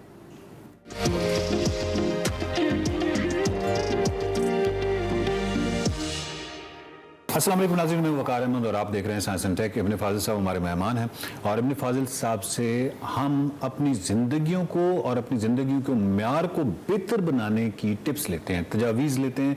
उस पर अगर हम अमल करेंगे तो हमारी ज़िंदगियाँ बेहतर होंगी और पाकिस्तान की ओवरऑल मजमूई सतह पर भी जो मामलात हैं और इकॉनमी के जो मामलात हैं वो बेहतर होंगे। पाकिस्तान के पास वसाइल की किसी सूरत में किसी हवाले से कमी नहीं है। कुछ अर्सा पहले आपने जैतून के हवाले से बहुत ज़्यादा सुना होगा, और क्योंकि मेरा ताल्लुक जो है चकवाल और इस रीजन से है तो यहाँ पे तो बहुत सारी इस तरह की स्टोरीज जो हैं वो सक्सेस स्टोरीज हमारे सामने नज़र आती हैं। इब्न फाजिल साहब हमारे मेहमान हैं, इनसे पूछेंगे कि ये मामलात जो कुछ अर्सा पहले काफ़ी आवाज़ें उठी थी और कुछ अमली शक्ल में ये चीज़ें नज़र आई थी, वो कहाँ तक हम कामयाब हो सकें और आगे हम इसको मज़ीद बेहतर किस तरह कर सकते हैं। ऑलिव के हवाले से बात करेंगे, जैतून के हवाले से बात करेंगे। बहुत शुक्रिया सर। जनाब, जैतून के हवाले से हुआ का एक मतलब हमारी एक पूरी डायरेक्शन है हुआ है। अच्छा, उसका फायदा जैतून जो है वो बहुत माशाल्लाह लग गया। पाकिस्तान भर में जो जैतून के दरख्त हैं, अभी पिछले दिनों चंद दिन पहले एक यहाँ पे मेला हुआ था जैतून का, तो उसमें जो हमारा इंस्टीट्यूट है बारी जो है, बारानी एग्रीकल्चर रिसर्च, उनके जो जैतून के हेड एंड डॉक्टर साहब आए हुए थे, उन्होंने बड़ी ज़बरदस्त जो काउंटिंग फिगर दी है, उनके बाद रजिस्टर्ड समझ में दरख्तों की तादाद, वो कहते हैं जी 63 लाख दरख्त जो है ना वो अब तक लग चुके हैं पाकिस्तान में जैतून के, जो कि प्लांट किए गए। तो बड़ी हेल्दी फिगर है। और मैं समझता हूँ कि अगर 63 लाख में से दरख्तों में से 1 किलो भी हर दरख्त में से आप तेल निकालें तो 63 लाख किलो आप सालाना जो है ना उसमें सॉइल, बहुत हेल्दी फिगर है और बहुत बड़ी कंट्रीब्यूशन है ये। मतलब ऑयल के हवाले से पाकिस्तान के अंदर जैतून का तेल या खाने के दूसरे जो तेल है, इसके ऊपर मैं बड़ा एम्फसाइज करता रहता हूँ। और इसका जो फ़ायदा है वो ये है कि जनाब हमारा बहुत सारा ज़र मुबादला जो है वो दोनों तेल की मद में जाता है ना, या हम पेट्रोल में सबसे ज़्यादा देते हैं, और उसके बाद सेकंड जो लार्जेस्ट है वो हमारा इसमें जाता है। जी, सेकंड लार्जेस्ट जो है वो जो खुर्दनी तेल जो है उसमें चला जाता है। और इसमें जो खुर्दनी तेल है जैतून की फ़ायदियत पाकिस्तान में इसलिए भी बहुत ज़्यादा है कि जो हम बाहर से इम्पोर्ट करते हैं ना सर, वो उसमें ज़्यादातर तेल खाने के काबिल नहीं होता। पाम ऑयल होता है और वो भी जो है वो टेक्निकल ग्रेड होता है, और उसको फिर हम खाने वाले तेल में मिला देते हैं, और वो बड़ा मसला। हम देखें ना पाकिस्तान जो है वो डायबिटीज़ में और कार्डियोवैस्कुलर कार्डियोवास्कुलर डिजीज में दुनिया में 1 है, चंद चीज़ों में ही हम नंबर 1 है दुनिया में, उनमें से एक ये भी है। तो इसलिए मैं कहता हूँ कि जो पाकिस्तान में जो खुदनी तेल है इसके ऊपर काम होना चाहिए, ठीक है। किसी दिन हम कनौरा पे भी इस तरह प्रोग्राम करेंगे, उसकी अपॉर्चुनिटीज़ भी लोगों को बता देंगे, लेकिन जैतून के ऊपर अल्हम्दुलिल्लाह काम हो रहा है, लेकिन उगाने की हद तक हमने काम कर लिया। अब जो जैतून की वैल्यू एडिशन है, यानी इसको प्रिजर्व करना या इसमें से तेल निकालना, उसके ऊपर अभी बिल्कुल रॉ यानी कि हम हैं पहली स्टेज पे। मैं आपको छोटी सी मिसाल देता हूँ कि जितने भी लोग हैं तेल निकालना चाहते हैं, वो एक जो बारी एग्रीकल्चर इंस्टीट्यूट जिसका हमने जिक्र किया, वहाँ एक प्लांट लगा हुआ, उससे टाइम लेते हैं, अपना फल लेके वहाँ जाते हैं, वहाँ से तेल निकलवाते हैं। अच्छा, जो मज़े की बात यह है कि पिछले दिन उनकी मशीन ख़राब हुई थी, तो पंजाब से चकवाल से यहाँ से लोरा लाई जाता था जैतून, और वहाँ से उसका तेल निकलता था और फिर वो वापस आता था, क्योंकि लोरा लाई में एक प्लांट लगा हुआ है और यहाँ पे एक लगा हुआ है। कितनी कॉम्प्लिकेटेड मशीन कॉम्प्लिकेटेड नहीं है, लेकिन अभी बड़ी है। हाँ, अभी वो थोड़ी सी महंगी है और इंडिजिनस डेवलपमेंट नहीं अभी पाकिस्तान में हुई, तो वो बाहर से आती तो बहुत महंगी आती बाहर से, थोड़ी कैपेसिटी की मशीन भी करोड़ों में, तो इस वजह से अभी, लेकिन बहरहाल हमने अल्हम्दुलिल्लाह उसका एक लो कॉस्ट वर्जन तैयार किया है जी। तो अभी अनकरीब जो है वो आ जाएगा मार्केट में, डोमेस्टिक सतह पे और कमर्शियल नहीं, कमर्शियल ही होगा वो, यानी इतना होगा कि एक फॉर्म या 2-3 फॉर्म वाले मिलकर उसको लगा भी सकते हैं, और इंशाल्लाह वो अगले 2-4 सालों में ये जो टेंशन है कि जी हमारे को ठीक तरीके से, क्योंकि इसमें जो सबसे यूजफुल ऑयल निकलता है वो निकलता है कि अब फल तोड़ते हैं तो उसको तोड़ने के आपने 24 घंटे के अंदर अंदर तेल निकालना होता है। तो अगर अब यहाँ आपने फल तैयार हो गया और आपको मशीन का टाइम नहीं मिला, तो वो फिर वो थोड़ा सा डिग्रेड हो जाता है ऑयल में, उसके अंदर जो पॉलीफेनोल्स होते हैं उनकी कोई क्वांटिटी कम हो जाती है, क्योंकि उनमें एक्टिव एंजाइम होते हैं, जैसे ही दरख्त से उतरता है तेल निकालने के लिए उसमें एंजाइम एक्टिव हो जाते हैं और उस चीज़ों को वो ख़राब करते हैं। तो ये इंशाल्लाह हम इसके ऊपर काम कर रहे हैं कि पाकिस्तान के अंदर लोकल मशीन जो है वो हम डेवलप अल्हम्दुलिल्लाह तकरीबन हमने वो कर लिया उसको। तो अभी ये जो बहुत सारे सरकार जो जब करती है, यानी जैतून के हवाले से हमने देखा था बहुत शोर मचा था, तो उस वक्त एंड प्रोडक्ट तक की तमाम फिजिबिलिटी नहीं बनाई जाती कि यार ये एक दफा इतना हम लगा तो देंगे, 63 लाख दरख्त भी लगा देंगे, आगे उसका तेल कैसे निकालना है, ये उस वक्त हाँ, ये मैं वही ना कि पैरेलल बहुत सारी चीज़ों पे काम होना होता है जो कि नहीं हो पाया इस फील्ड में, तो नहीं बाकी भी, लेकिन जो टेक्निकल साइड है ना, जो जिसको आप टेक्नोलॉजी कहता है, उसमें हम हमेशा से पीछे हैं। यानी इवन कि अगर आप एग्रीकल्चर की बात करें तो हम बहुत अच्छा जी एग्रीकल्चर कंट्री है, लेकिन एग्रीकल्चर की ऑटोमेशन में हम शायद आखिरी नंबरों पे है दुनिया में। जब देखें ना, एक आपको छोटी सी मिसाल देता हूँ कि पंजाब में गर्मियों में टेम्परेचर 50 डिग्री सेंटीग्रेड आउटडोर होता है, और आज तक पाकिस्तान के अंदर एयर कंडीशन कैबिन वाला ट्रैक्टर कोई नहीं है। जो मुल्क जहाँ पे 25 डिग्री सेंटीग्रेड या 30 डिग्री सेंटीग्रेड टेम्परेचर होता है वहाँ पे एयर कंडीशन क्या मसला है, कितना कोई बड़ा काम है सर एक ट्रैक्टर के ऊपर कैबिन में एसी लगाना, लेकिन पाकिस्तान में भी नहीं है। तो ये जो मतलब फ्रेंडली इन्वायरमेंट क्रिएट करनी कि हमारा पढ़ा लिखा बच्चा फॉर्म की तरफ आए या किसान का बेटा खुशी खुशी किसान बने, वो जब हेक्टिक और देखता है काम, यार इसमें बड़ी मेहनत है और इसमें मेहनत करने के बाद आउटकम कुछ नहीं है, वो कहता है यार इसको छोड़ो दवा करो। ये तो एक्चुअली उस लिबास से और आपकी वो जो होती है अपीयरेंस, उससे पता चलता है, चाहे वो उसकी जेब में लाखों करोड़ों भी हों, लेकिन लगता यह है कि नहीं ये जो जिस फील्ड से मुतल्लिक है उसमें कोई अच्छा म्यार ज़िंदगी नहीं। सर वो म्यार ज़िंदगी तो चलो वो अपने इनकम से आना ना, बात ये कि जब आप काम करने की आसानी नहीं है ना, देखिए जो ब्रेन है वो क्या चाहता है, ईज ऑफ वर्किंग चाहता है ना। जो हार्ड वर्किंग आदमी है, जो मेहनत कर सकता है, धूप में काम कर सकता है, उसके बाद ब्रेन काम होगा ना, लॉजिकल बात है। तो अल्लाह ताला ने डिस्ट्रीब्यूट किया हुआ। अब जो दिमाग वाला बंदा है, अगर वो एनवायरनमेंट उसकी होगी, वो काम करेगा तो इनोवेशन आएगी ना। अब दिमाग वाला बंदा हार्ड एनवायरनमेंट में जाएगा नहीं, तो इनोवेशन कैसे आएगी? इसका नतीजा यही हुआ कि जनाब हम जो है ना वो एवरेज मेंटालिटी के लोग उस काम को आगे लेके जा रहे हैं, कोई इनोवेशन ही नहीं, यानी कि ऑटोमेशन का कंसेप्ट ही नहीं हमारी एग्रीकल्चर में। तो अब यही अगला जो इसका सेकंड फेज है कि जी जब हम उसको उगा लेते हैं तो उसके बाद हम उसको प्रिजर्व भी नहीं करते, क्योंकि वहाँ भी टेक्नोलॉजी चाहिए, वहाँ भी टेक्नोलॉजी, और टेक्नोलॉजी में हम हमेशा पीछे। तो हम इस पे काम इंस्टॉल कर रहे हैं, बाकायदगी से कर कब तक रहे आएगी आपकी मशीन? हैं विद इन 1 मंथ इंशाल्लाह। अच्छा। जी, इस सीज़न में हम इंशाल्लाह उसमें से, अभी सीज़न स्टार्ट है मुख्तलिफ इलाकों से, तो इस सीज़न में हम ऑयल निकालना शुरू कर देंगे लोकल मशीन के ऊपर इंशाल्लाह। अच्छा, इसके बाद एक और बात है जो जैतून के हवाले से, वो ये है कि जब आप उसको जो जितना भी इसका यूज़ है, आप देखें पिज़्ज़ा में या फास्ट फूड के अंदर, वो स्लाइस्ड फॉर्म में होता है। अब वो स्लाइसर जो है उसको करने वाला या उसमें से गुठली निकालना, वो भी सिस्टम कोई नहीं सर हमारे पास।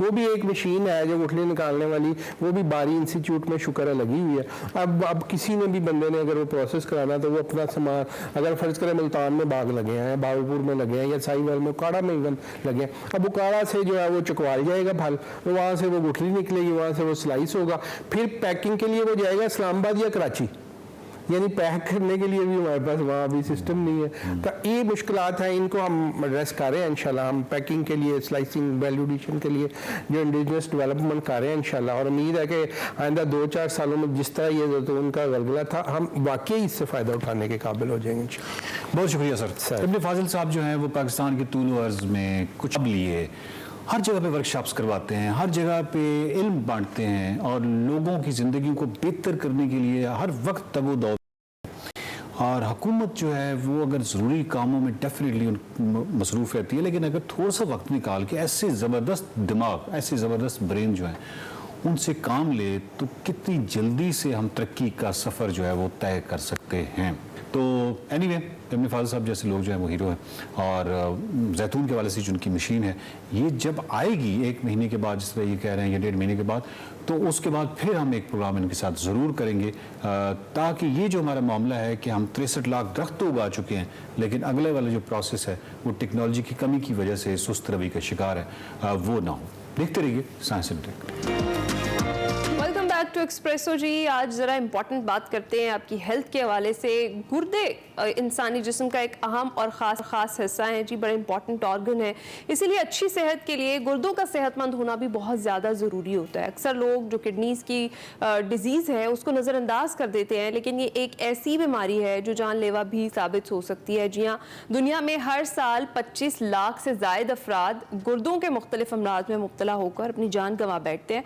पाकिस्तान में भी दिन ब दिन जो किडनी पेशेंट्स हैं उनकी तादाद में इजाफा होता जा रहा है, और एक मोहतात अंदाजे के मुताबिक 1.25 करोड़ से ज़ायद अफराद इस वक्त गुर्दों के अमराज का शिकार हैं। और डायलिसिस का तरीका एक तो तकलीफ दे अमल है बहुत ज़्यादा, और दूसरी तरफ इस पर आने वाला जो खर्चा है, जो अखराजात हैं, वो भी बहुत ज़्यादा है। ऐसे में पेरिटोनियल डायलिसिस एक ऐसा तरीका इलाज सामने आया है, ऑल्दो ये दुनिया में कब से राइज है, लेकिन पाकिस्तान में अब इंट्रोड्यूस हो रहा है, जिसमें मरीज घर पर बैठे खुद अपने गुर्दों की सफाई कर सकता है, डायलिसिस कर सकता है। मगर ये तरीकाकार महफूज और काबिल भरोसा है? इस हवाले से आज हमने बात करनी है। इस हवाले से बात करने के लिए गुर्दे के अमराज के माहिर डॉक्टर अहद कयूम हमारे साथ मौजूद हैं। डॉक्टर साहब कैसे हैं आप? थैंक यू सो मच जी, अस्सलाम वालेकुम, वेरी थैंक यू। अच्छा डॉक्टर साहब, सबसे पहले ये बताइएगा, थोड़ी सी रोशनी डालिएगा इस प्रोसेस की, इसकी ज़रूरत क्यों पेश आई? क्योंकि एक सिस्टम पहले से मौजूद था, अब ये देखा जा रहा है कि एक दूसरा सिस्टम है जो आप अपने घर में खुद से कर सकते हैं। क्या ज़रूरत पड़ी इस सिस्टम को डेवलप करने की? अच्छा, एक्सीलेंट क्वेश्चन जी। सो फर्स्टली तो ये है कि वैसे अगर पूरे दुनिया में देखा जाए तो अब एक्चुअली पेरिटोनियल डायलिसिस फर्स्ट की पॉलिसी की तरफ मूव कर रहे हैं कि अगर कोई भी पेशेंट डायलिसिस के ऊपर जाए तो पहले उसको पेरिटोनियल डायलिसिस पे ही डाला जाए, उसके बाद उसकी हीमो की कंसिडरेशन दी जाए। राइट। उसकी वजह ये कि इसके काफी सारे फवायद हैं ओवर हीमोडायलिसिस। एक ऑब्वियसली ये कि जब आप एक किसी भी हीमोडायलिसिस के पेशेंट से, ये वो वाला डायलिसिस है जो कि लोग हॉस्पिटल में आके कराते हैं, अगर आप उनसे मिलेंगे तो मोस्टली आपको वो कहेंगे कि एक से 2 साल के बाद हीमोडायलिसिस के बाद हमारा यूरिन की एबिलिटी खत्म हो जाती है, तो पेशाब आना बंद हो जाता है। ये प्रॉब्लम पेरिटोनियल डायलिसिस के साथ नहीं है, क्योंकि वो हीमोडायलिसिस से खुद किडनी इंजरी हो रही होती है। So this is a better form of dialysis. ये देखा गया है कि जिन लोगों को ट्रांसप्लांटेशन के लिए मूव करते हैं, पेरिटोनियल डायलिसिस के रिजल्ट्स बेहतर हैं। As far as Pakistan specifically अगर आप बात करें तो देखिए, आपने आए दिन सुनेंगे कि जी हम हीमोडायलिसिस पे चले गए तो हमें हेपेटाइटिस बी हो गया, सी हो गया, खुदा ना खास्ता, क्योंकि ये घर पे होता है और इसमें कोई खून का लेना देना है ही नहीं, निकलना है ही नहीं खून ने। इसमें हेपेटाइटिस बी, सी, HIV का क्वेश्चन ही नहीं है। सो देयर यू गो, इसके इतने ज्यादा फवायद हैं अच्छा। कि जी अब सारी दुनिया इसकी तरफ जा रही है, एक्चुअली मूवी इस तरफ जा रही है। डॉक्टर साहब फायदे तो आपने बता दिए, basically what is peritoneal dialysis, ये होता कैसे है, इसकी जो मशीन है वो कितनी एक्सपेंसिव है, इजीली अवेलेबल है या नहीं, और सबसे इंपॉर्टेंट चीज ये है कि is it safe? So I'll be very honest, it's very safe. उसका तो सेफ्टी को पहले ले लेते हैं कि हीमोडायलिसिस में तो आपको काफी सारे ऐसे पेशेंट्स मिल जाएंगे जो छोटी उम्र के हैं, तो वो कहेंगे जी एलिजिबल ही नहीं, लेट्स से 1 महीने का बच्चा है, तो आप कहेंगे जी इसका आप हीमोडायलिसिस करेंगे कैसे?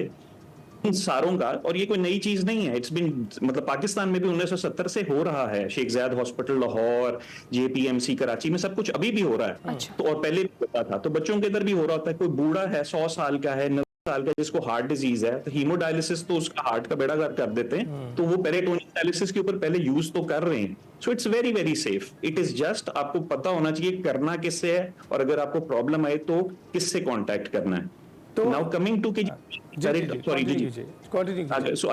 Coming to your earlier point के जी पेरिटोनियल डायलिसिस चीज क्या है। सो पेरिटोनियल डायलिसिस ये है कि जी अल्लाह ने आपके पेट के अंदर एक झिल्ली बनाई है जिसका नाम है पेरिटोनियम।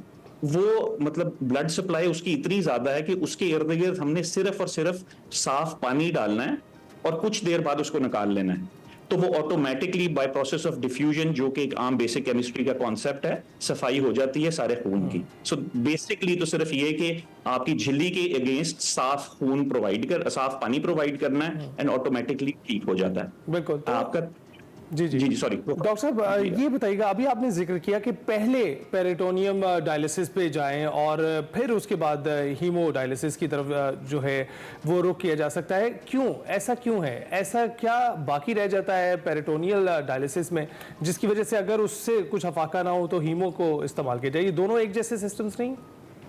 अच्छा, सो सर उसमें ये है कि दोनों एक जैसे सिस्टम्स तो नहीं है। पेरिटोनियल डायलिसिस की जो डाउन साइड है ना सर, कि उसकी एक एवरेज लाइफ 7 years है। जो वो झिल्ली की मैंने बात की है, जो पेट में है, तो आहिस्ता आहिस्ता वो बर्न आउट होना शुरू हो जाती है। So period of time 7 years के बाद हम हीमो पे ले जाते हैं पेशेंट को। इधर भी ऐसा ही होता है। It's not like haemodialysis versus peritoneal dialysis है, इट्स जस्ट अ जर्नी जो एक पेशेंट लेता है। तो हम उसे पेरिटोनियल पे पहले डालना चाहिए और फिर उसको हीमो पे शिफ्ट करना चाहिए। अब थाईलैंड जैसा मुल्क, ताइवान, इवन चाइना भी अब सारा यही कर रहे हैं कि जो भी जाएगा वो जाएगा पहले पेरिटोनियम पे, अनलेस कि कोई ऐसी कॉन्ट्राइंडिकेशन एग्जिस्ट करती है जी इसमें। और सॉरी, जो प्लान होना चाहिए लॉन्ग टर्म में, you should be transplanting these patients, you can't put them on dialysis for ever and ever, कि आप डायलिसिस जिंदगी रखना भी नहीं चाहते, तो साल बाद पेरिटोनियम के आप उनको ट्रांसप्लांट करके नॉर्मल वर्कफोर्स में ले आते हैं। ठीक है। अच्छा, आई एम श्योर डॉक्टर साहब कि मेरी तरह नाजरीन के लिए भी एक नई चीज़ थी ये। बहुत सारे लोग इससे अनअवेयर थे कि पेरिटोनियल डायलिसिस भी कुछ होता है, और आपने बताया कि पाकिस्तान में भी 1970 से हो रहा है। तो इसकी क्या वजह है कि इतनी ज़्यादा अवेयरनेस नहीं है, और मोस्टली पेशेंट्स को हम देखते हैं तो वो हीमोडायलिसिस पर ही होते हैं, पेरिटोनियल डायलिसिस पर मोस्ट ऑफ द पेशेंट्स जो हैं वो नहीं होते। तो इसकी इतनी ज़्यादा अवेयरनेस क्यों नहीं है अभी तक, अगर ये उससे ज़्यादा सेफ है और बेहतर है? Excellent question again madam. अगर आप 2000 से पहले चले जाएं तो पहले पेरिटोनियल डायलिसिस काफी फ्रीक्वेंटली हुआ करता था पाकिस्तान में, जब इवन मैं उस टाइम पे डॉक्टर भी नहीं बना हुआ। अच्छा। उसके बाद हाँ, तो हुआ कुछ इसी तरह कि इट्स अबाउट अवेयरनेस। तो जब गवर्नमेंट पॉलिसी बनी तो उस टाइम के ऊपर मतलब जाहिर है जिन लोगों ने भी डिसीजंस लिए उन्होंने हीमोडायलिसिस को ही आगे पुश किया। अनफॉर्चुनेटली साथ ये कि हीमोडायलिसिस की मशीन क्योंकि नजर आ रही होती है, सो पीपल लाइक कि हाँ मैं अगर कोई चीज ज़कात भी कर रहा हूं तो मैं एक डायलिसिस यूनिट खोल दूं और वो आके 30 मशीनें लगी नहीं और वो अपना डायलिसिस करवा ले। तो गवर्नमेंट हॉस्पिटल्स के अंदर भी डायलिसिस यूनिट्स बने हुए हैं। अब पेरिटोनियल डायलिसिस क्योंकि घर पे होता है तो उसका यूनिट एग्जिस्ट ही नहीं करता। इनफैक्ट अगर आप उसकी क्लियर बात करें तो पाकिस्तान के लिए तो it is a no brainer madam कि we should be enforcing peritoneal dialysis. एक हीमो डायलिसिस के ऊपर 180 से 200 लीटर पानी लगता है। पाकिस्तान के अंदर इतना पानी नहीं है, और पेरिटोनियल डायलिसिस में सिर्फ 8 लीटर लगता है। तो हमारा तो पानी खत्म होता जा रहा है। और साथ ये कि पेरिटोनियल डायलिसिस क्योंकि घर पे होता है तो लोगों को टाइम मिलता है, वो अपने हिसाब से कर रहे होते हैं, वो स्कूल भी जाते हैं, वो काम पे भी जाते हैं। सो वो इट्स ऑल अबाउट अनअवेयरनेस। और मेरा ख्याल है जो पावर्स दैट बी है उस टाइम पे उनको इन्फोर्स नहीं कर सके, और अब ये है कि बस क्योंकि एक सिम्फ हमने डिटर्मिन कर ली है तो हम उस पर चलते जा रहे हैं। बट सिंस 2016 अगर आप डेटा निकालें सिर्फ 30 पेशेंट थे, अब 300 पेशेंट्स हैं अक्रॉस पाकिस्तान। तो ग्रो तो कर रहे हैं। बिल्कुल बिल्कुल। और डॉक्टर साहब काफ़ी इंटरेस्टिंग ये गुफ्तगू है और इससे बहुत सा इल्म मुझे भी मिल रहा है, लेकिन इसके साथ साथ हमें ये जानना है कि एक खर्चा जो हीमोडायलिसिस पे आता है वो बहुत ज़्यादा है और इतना ज़्यादा है कि उसकी मशीन लाकर घर रखना तो इम्पॉसिबल है, बाज़-औक़ात अस्पतालों में भी जगह नहीं मिलती है। तो इस पर बताएं कितना खर्चा आता है पेरिटोनियल डायलिसिस पे, और अगर आप घर पर लेकर आते हैं तो इसका इस्तेमाल कैसे कर सकते हैं? सर, पेरिटोनियल डायलिसिस की ना आगे दो किस्में हैं। एक है जो कि मशीन के साथ किया जाता है और एक है जो मशीन के बगैर भी किया जा सकता है। जी जी, तो उसके लिए कोई मशीन जरूरी नहीं है। मशीन सिर्फ और सिर्फ इसलिए है कि जो हमने झिल्ली के अंदर एक कैथेटर पेट के अंदर पास किया हुआ है, मरीज रात को अपने आप को सोते हुए अपने आप को उस मशीन से कनेक्ट करता रहता है, वो पानी खुद ही अंदर भेजती है, खुद ही बाहर निकाल देती है। It's very convenient. तो जो लोग अफोर्ड कर सकते हैं हम उनको जरूर कहते हैं करें। वेरी लकीली एक कंपनी बायोनिक्स के नाम से पाकिस्तान में अब आ गई है जिन्होंने लोकली मेड साइक्लर बना लिया हुआ है। It's not even imported, they have designed it themselves. और जो वाला है जो कि मोस्टली मैं आमतौर पे अपने पेशेंट्स, क्योंकि वही बात है कि गरीब मुल्क है, गरीब लोग हैं, उनके लिए सिर्फ और सिर्फ ये कि साफ पानी उनको अवेलेबल करना होता है जो कि पेरिटोनियल डायलिसिस फ्लूइड है और वो पेट के अंदर पास करना होता है। पर डे लगभग अगर आप मुझे कहें कि कॉस्ट कितनी आती है तो मिनिमम कॉस्ट 1500 रुपए से लेके 3000 रुपए पर डे पेरिटोनियल डायलिसिस पे लगता है। If you do the math तो वो हीमोडायलिसिस के बराबर आती है, क्योंकि इसकी हिडन कॉस्ट है। हिडन कॉस्ट सर ये भी तो रियलाइज करें ना, उसने जो पेट्रोल बर्न करके लेके आना है उसका क्या है। जो आप उसके साथ एक ड्राइवर लेके आ रहा होता है या कोई अम्मी या अब्बू साथ आ रहे होते हैं, अगर वो कहीं काम कर रहे होते तो वो भी तो कॉन्ट्रीब्यूट टू फैमिली। बिल्कुल। और इसके अलावा वक्त की हम देखते हैं कि वक्त भी ज़ाया होता है, उसमें लाइनों में लगना पड़ता है। डॉक्टर साहब, I have lost a cousin और मैं भी एक टाइम पर गुर्दे फेल होने का शिकार होने वाला था, अल्लाह ने बचा लिया उस दौरान। तो ये तादाद क्यों बढ़ती जा रही है? आपको क्या लगता है, क्या हमारी डेली रूटीन्स में ऐसी चीज़ें हैं जिसकी वजह से गुर्दे बहुत ज़्यादा असरअंदाज हो रहे हैं? Excellent question again sir. पूरी दुनिया में और पाकिस्तान में भी the number one cause is diabetes. There is no two ways about it. हमारी पॉपुलेशन में अगर हम 3 बात कर रहे हैं तो हम में से 40 साल की उम्र में एक को डायबिटीज प्रोबेबली हो गई होगी। और ब्लड प्रेशर का सेकंड कॉज है। अगर अव्वल तो ये ना कि ये दोनों बीमारियां हो ना, सेकंड ये है कि जी अगर हो गई है तो उसे फिर कंट्रोल करें। उसमें ये कोई शेखी की बात नहीं है कि जी वो कुछ नहीं होता जी, ये भी चीज खा लो, निहारी भी खा लो, नान भी खा लो, पेप्सी, तो you live once, what's the problem. ठीक है, आपकी जिंदगी आपकी क्वांटिफाई तो कर दी है, वो आप चेंज नहीं कर सकते, लेकिन क्वालिटी तो आप चेंज कर सकते हैं ना। सो डायबिटीज, ब्लड प्रेशर, हकीम की दवाइयां, स्टोन डिजीज और एक खास कुछ बीमारियां हैं जिनको हम ग्लोमेरुलर नेफ्राइटिस कहते हैं, गुर्दे की अपनी सोजन, जिसका प्रॉब्लम है कि एक्चुअली सबसे बड़ा प्रॉब्लम गुर्दे का ये कि इसका सिम्टम ही कोई नहीं है, या खामोशी से अंदर फेल करी जा रहा हो तो इसकी कोई अलामत नहीं होती। So you need to get test done on a yearly basis minimum, every one of us. अच्छा डॉक्टर साहब, इन दी एंड हमारी पब्लिक के लिए सिंपल वर्ड्स में कुछ कहना चाहेंगे आप? एक तो इस पेरिटोनियल डायलिसिस के हवाले से और दूसरा ये कि अपनी किडनीज की जैसे सेफ्टी अभी आप बात भी कर रहे थे, उस पर कोई मैसेज? किडनी सेफ्टी के लिए जी नंबर 1 तो यही है कि exercise, fast foods, soft drinks इनसे दूर रहें। साल में 1 दफा RFT सीरम इलेक्ट्रोलाइट और यूरिन कंप्लीट का टेस्ट जरूर कराएं। और जब भी अपने कभी खुदा न खास्ता डायलिसिस के ऊपर पेशेंट जाए तो अपने डॉक्टर या मौलिद से ट्रांसप्लांट, हीमोडायलिसिस और पेरिटोनियल डायलिसिस की मतलब इंफॉर्मेशन जरूर लें। बाकी मरीज की डिसीजन, उसमें डॉक्टर का कोई लेना देना नहीं। डॉक्टर साहब, आपने ऐसी गुफ्तगू की है जो मेरा ख्याल है कि अमूमन हमें मीडिया पर, मेन स्ट्रीम मीडिया पर होती हुई दिखाई नहीं देती और हमें इससे काफ़ी आगाही मिली है। तो ये बताइएगा कि आप क्या सोचते हैं कि अभी जो सूरत हाल है, वर्जिश करने से कुछ लोगों के गुर्दे उल्टा मुतासर होने लगते हैं। एक तो हाइड्रेशन का कॉन्सेप्ट था पहले कि पानी पिए, और फिर दूसरा कॉन्सेप्ट अभी हमारे सामने आ गया कि ओवर हाइड्रेशन आपने नहीं करनी है, ओवर हाइड्रेशन से गुर्दे मजीद मुतासर होते हैं। तो इस पर ज़रा रोशनी डालिएगा, क्या करें? हाइड्रेटेड रहें कि थोड़ा सा ज़रा एहतियात से चलें? एक मेरा उसमें तो कॉन्सेप्ट बड़ा क्लियर है कि जितनी पानी की जरूरत है उसको उतना इस्तेमाल करें। मेरे से पहले आप जिनसे बात कर रहे थे वो कुछ ट्रैक्टर की बात कर रहे थे। अगर आप फार्मर हैं, जैतून की बाग के अंदर कर रहे हैं तो ऑफकोर्स आपको 4 लीटर पानी पीना पड़ रहा होगा गर्मी के अंदर, लेकिन वैसे आजकल के अंदर 2 लीटर पानी पीना काफी है। बस प्यास लगे पानी पिए, ना ज्यादा पीना है ना कमी होने देनी। That is the main. ठीक है, thank you so much doctor Ahad Qayyum साहब। बहुत ज्यादा इंफॉर्मेटिव सेशन था ये हमारा और बहुत सारी हमारी तरह हमारे नाजरीन को इन्फॉर्मेशन मिली और ख़ास तौर पर ये जो पेरिटोनियल डायलिसिस है इसके हवाले से इन्फॉर्मेशन मिली है। अभी हम जाएंगे छोटी सी ब्रेक पर, आप कहीं मत जाइएगा।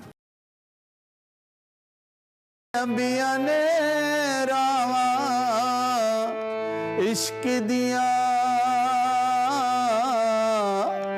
दर्द जिगर सख्त सजावा इश्क दिया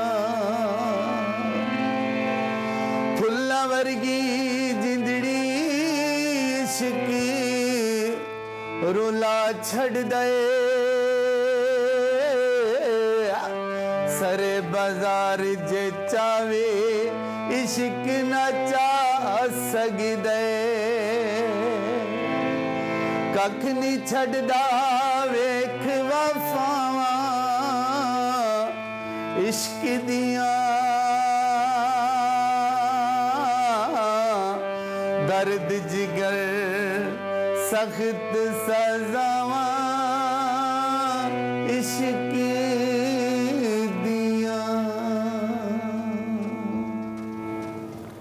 वाह वाह वाह वाह, बेहतरीन, जबरदस्त। आप जनाब आप देख ही सकते हैं आज हमारे साथ बहुत ही खूबसूरत आवाज के मालिक शख्स मौजूद है। सोशल मीडिया पर आजकल बहुत ट्रेंड कर रहे हैं।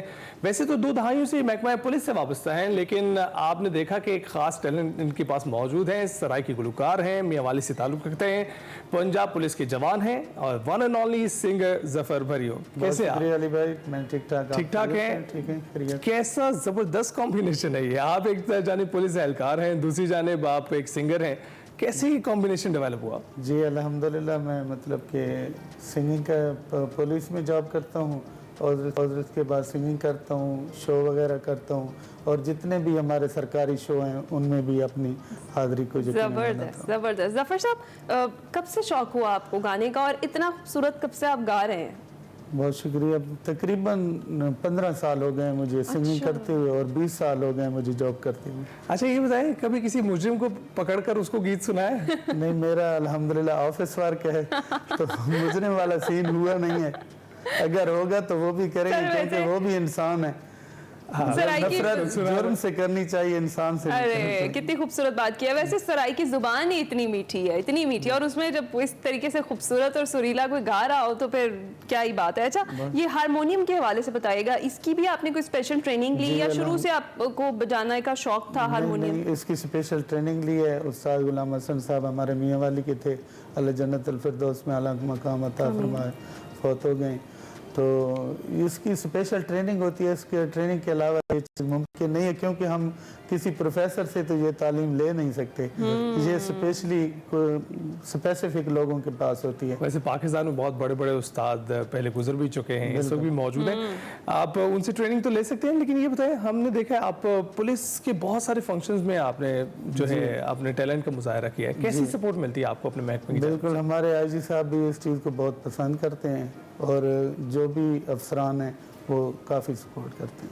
अच्छा, तो जफर साहब, सबसे पहले तो ये बताइए कि ये जो दोनों कॉम्बिनेशन है, इसकी जॉब भी बड़ी टफ नौकरी होती है, टाइमिंग्स का बड़ा वो होता है, और सिंगिंग भी वो प्रोफेशन है जिसमें आप रियाज नहीं करते तो फिर आप आउट ऑफ फॉर्म भी हो सकते हैं। मतलब आपको इसके लिए प्रैक्टिस की भी बहुत ज़्यादा ज़रूरत होती है। तो मैनेज कैसे करते हैं दोनों कॉम्बिनेशन को, दोनों चीज़ों को साथ लेकर चलते कैसे, कितना टाइम किस चीज़ को देते हैं? मतलब कि जो हमारी ड्यूटी होती है 8 घंटे की, उसके बाद हमारे 16 घंटे फ्री होते हैं।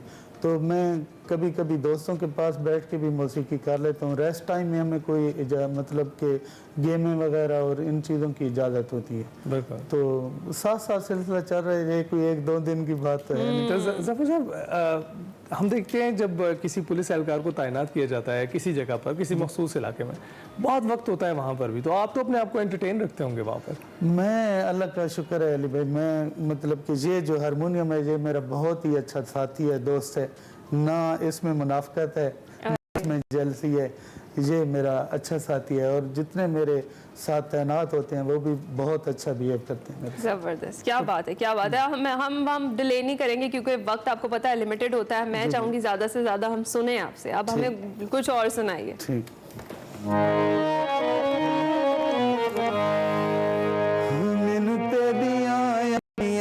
कालियां बड़ियां पसंद आया शर्मा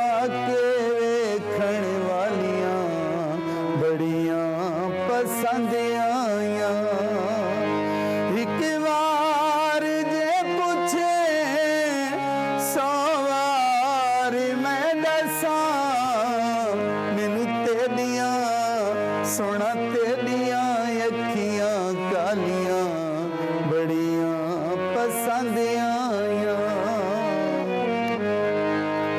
सोनी टोर तेरी डाढ़ा लटक के टुर दे पुछ गिल तू मेरे दिल तू जड़ियां झटक के टुर दे मैनू जुल्फाए घुंघरालियां बड़ियां पसंद आया शर्मा के वेखण वालियां बड़ियां पसंद आया।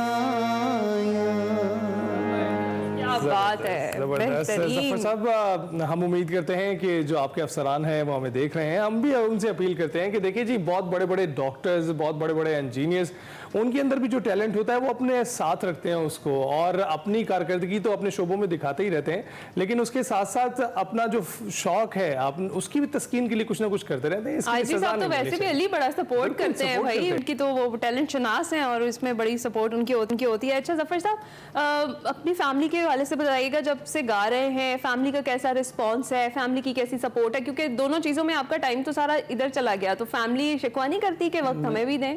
नहीं, अल्हम्दुलिल्लाह फैमिली की सपोर्ट काफ़ी अच्छी है, और आपके चैनल की तवज्जो से ये रिक्वेस्ट करूँगा, जैसे आप फरमा रही थी कि आईजी साहब बहुत सपोर्ट करते हैं, नो डाउट, लेकिन इन दिनों में मैं मतलब कि शो में शिरकत की वजह से मुअत्तल हूँ, तो मैं रिक्वेस्ट करूँगा अपने अफसरान से कि मेरा जी, हम भी एक्सप्रेसो के तवज्जो से रिक्वेस्ट करेंगे जी, ये तो टैलेंट है और इसको तो बिल्कुल सराहा जाना चाहिए हमेशा ही।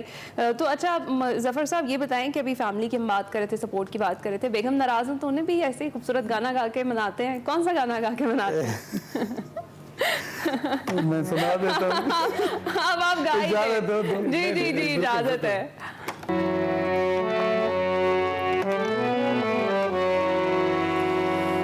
बताई क्यों लिखिया जुदाइयां तकदीरां देना वे दिल सादा नहीं मिलदा इना तस्वीरां देना वे रब सही लिख दितियां जुदाइयां तकदीरां देना वे दिल सादा नहीं मिलदा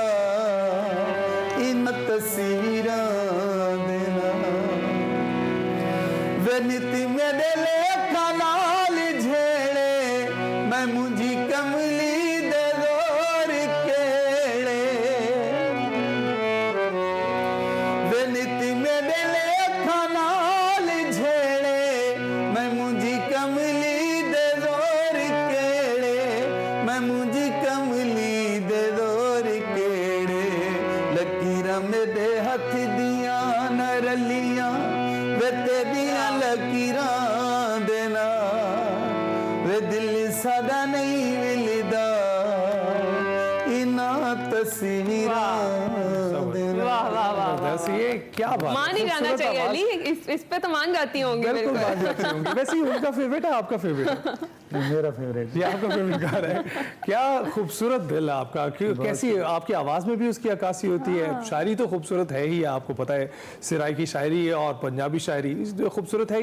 अच्छा ये बताइएगा, बच्चों में मुंतकिल करना चाहेंगे ये टैलेंट, या आपके वालिदैन ने कभी आपको रोका हो? नहीं, अभी तक तो मेरा ये इरादा नहीं है। बच्चों को अल्हम्दुलिल्लाह मैं हिफ्ज़ करा रहा हूँ, और मेरा मतलब है कि घर में भी सेटअप मैंने बिल्कुल अलग बना हुआ है कि मेरी वजह से पड़ोसियों को या बच्चों को किसी किस्म की मेरी नेचर ये है कि मेरी वजह से किसी बंदे को ना तकलीफ ना हो, बस ये मेरी जिंदगी का ये मकसद है। बिल्कुल सही। अच्छा जफर साहब, जिस तरह से भी आप बता रहे हैं, बेगम वाला तो फेवरेट था, ये आपने बोला कि ये आपका फेवरेट सॉन्ग था, पेरेंट्स की सपोर्ट के हवाले से बताइएगा। कभी कहा नहीं कि ये क्या चीज़ है, गाना जो है वो बहुत सारी जगहों पे ऐसे कहा जाता है कि भाई काम की चीज आप करें, लेकिन दोनों चीजों को जब आप साथ लेकर चल रहे जी, जी। हैं तो उनकी तरफ से कैसा रिस्पॉन्स? नहीं, शुरू में होता है, सबके लिए ये मसला होता है, लेकिन जब बंदा मतलब हमारे माशरे में डट जाता है तो फिर पेरेंट्स जाहिर सी बात तो है। अब तो वो भी फरमाइश करते अब होंगे वो- कि ये सुनाएं। नहीं, सुनने वाला तो सीन नहीं अच्छा, नहीं है, है। लेकिन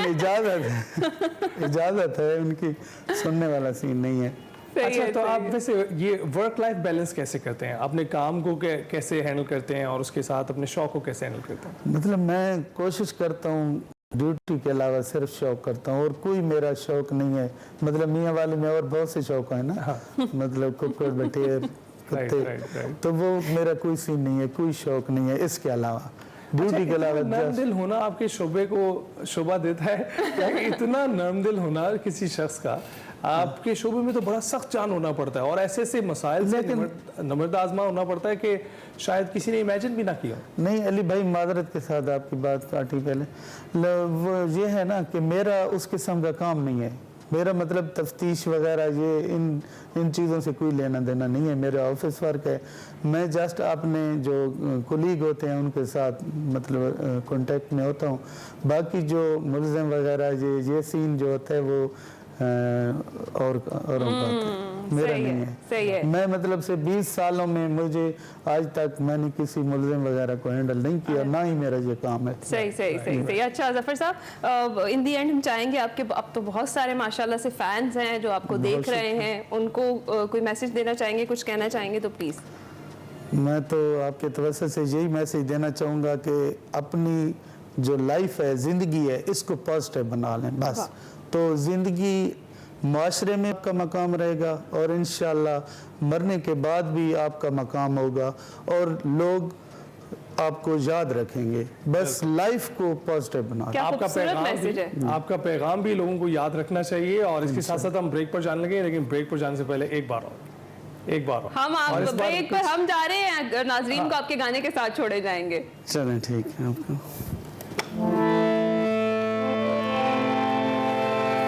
गल करा ते गल तू मेरी सुनदा नहीं, तेरे नाल प्यार पुराना है कोई हुणदा नहीं। अदे ते होटल चा पई पिनिया रस नाले, हाई मजबूरी असा केड़ा छड़िया वस नाले। यार गवांढी शार तू मेरा छोड़ गए के दे प्यारन सारे रिश्ते